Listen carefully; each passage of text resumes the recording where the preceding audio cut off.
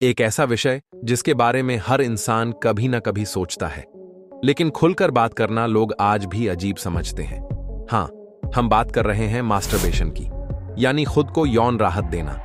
क्या ये इंसानी फितरत का हिस्सा है या फिर एक खतरनाक आदत? आज हम इस पर बात करेंगे बिल्कुल ओपन, साइंटिफिक और न्यूट्रल तरीके से, बिना किसी शर्म या झिझक के।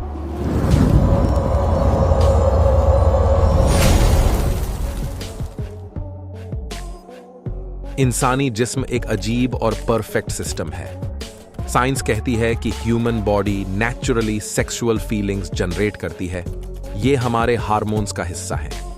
मास्टरबेशन हर कल्चर, हर जमाने में पाया गया है।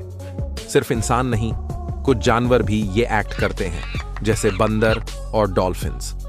हार्वर्ड और मेयो क्लिनिक जैसे साइंटिफिक इंस्टीट्यूट्स के मुताबिक अगर ये बैलेंस में हो तो हानिकारक नहीं होता।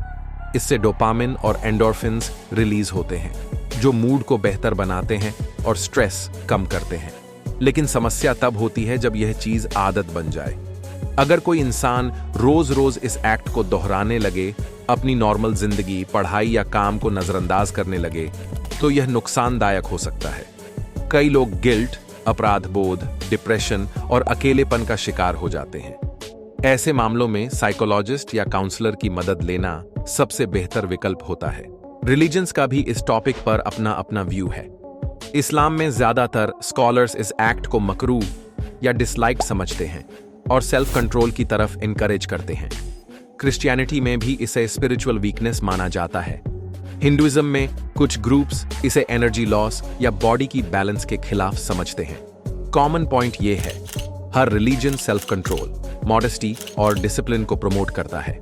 साइकोलॉजी के मुताबिक मास्टरबेशन एक बिहेवियरल एक्ट है, जिसका इम्पैक्ट डिपेंड करता है कि आप उसे किस तरीके से हैंडल करते हैं। अगर आप कभी कभी स्ट्रेस रिलीफ या बेटर स्लीप के लिए करते हैं तो ये ठीक है, लेकिन अगर आप गिल्ट फील करते हो या इमोशनल एस्केप के लिए बार बार करते हो तो ये अनहेल्थी हैबिट बन सकती है। ऐसे में माइंडफुलनेस, हॉबीज और डेली रूटीन स्ट्रक्चर हेल्प करते हैं इस हैबिट को कंट्रोल करने में। तो क्या मास्टरबेशन इंसानी फितरत का हिस्सा है? हाँ, लेकिन हर फितरी चीज को कंट्रोल करना भी जरूरी होता है। अब सवाल यह उठता है, अगर आपको लगता है कि आप इस हैबिट के ऊपर कंट्रोल खो चुके हैं, तो क्या ऐसे लोग के लिए कोई हाल है? बिल्कुल है। आइए कुछ प्रैक्टिकल और प्रूवन तरीके देखते हैं जो साइंस और एक्सपीरियंस दोनों कहते हैं कि इफेक्टिव हैं। सबसे पहला स्टेप है अपने ट्रिगर्स को समझना। अक्सर लोग बोर होने, स्ट्रेस या लोनलीनेस में मास्टरबेशन करते हैं। जब आप समझ लें कि आप कब और क्यों इस तरफ जाते हैं, तभी आप कंट्रोल करने के टूल्स अप्लाई कर सकते हैं।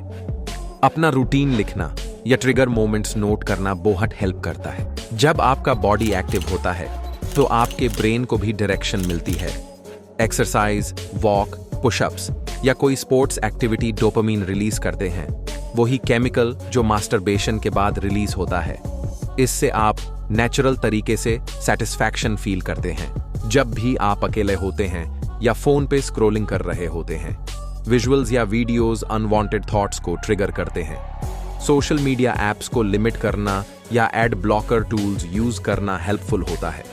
और रात को फोन अपने से दूर रखना, स्पेशली बेड पे, ये बहुत सिंपल लेकिन पावरफुल हैक है। ये स्ट्रगल कोई पाप या शर्म का सबब नहीं, बल्कि सेल्फ डेवलपमेंट का चांस होती है।